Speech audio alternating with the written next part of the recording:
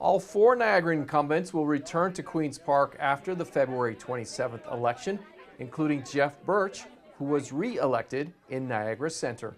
I think the key to this election was we don't tell people what issues they should be concerned about. We let them tell us, and then we represent them.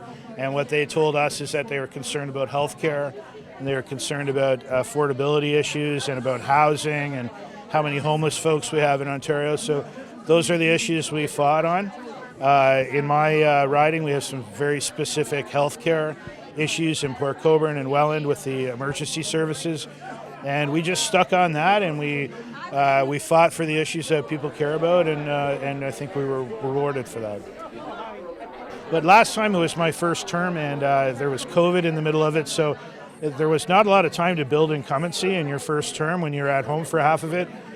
So we were able to demonstrate how hard we're willing to work on issues like healthcare. So we're able to build more of that, confidence from voters, and I think that really paid off. So as you build incumbency with good representation, then you build that support, and it carries over from election to election. What's your first step when you go, back in the legislature? I'm going to start talking about the urgent care in Port Colborne and the Welland Hospital and getting better health care for people in my riding, why there are so many homeless people in Ontario, why people are having such a hard time finding housing, and all the bread and butter issues that my constituents want me to talk about. The Premier just hit the stage. What's your message to him? Well, he better do his job, because we're going to be there to hold him to account.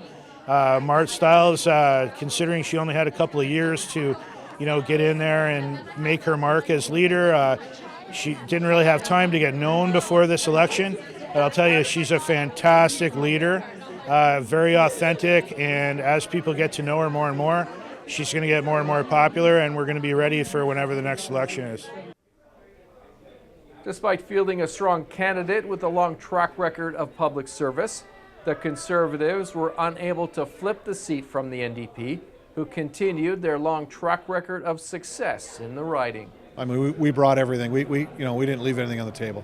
We brought everything to the doors. We didn't stop today till 8 o'clock tonight getting our vote out, and as far as Tuesday when we knocked on our last door. But Port Colborne, we hit 100% of the urban doors. Welland, we hit at least 95% of the doors. Thorold, we hit all the doors. South St. Catharines, as I said, for 4 weeks we're averaging 1,000 homes a day knocking on doors. So we hit the senior centers and retirement homes. So yeah, I mean, we did all we could, and if that's what Niagara Centre wants, that's what they're going to get. So it's even more disappointing for our team, because we had a really good team here that worked very, very hard.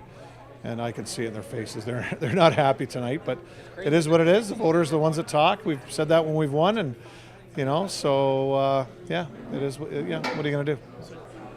Well, it's what we thought would happen. We know Ford was going to get his majority. I mean, he's going in. I mean, the last count was 79 seats.